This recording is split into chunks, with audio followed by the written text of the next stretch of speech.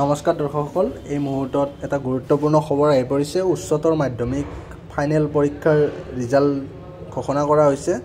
অৰ্থাৎ অহাকালি এয়া দেখিবলৈ পাইছে ৰণোজ পেগু শিক্ষামন্ত্ৰী ডাঙৰীয়াই ঘোষণা কৰিছে তেখেতৰ ফেচবুক পেজত।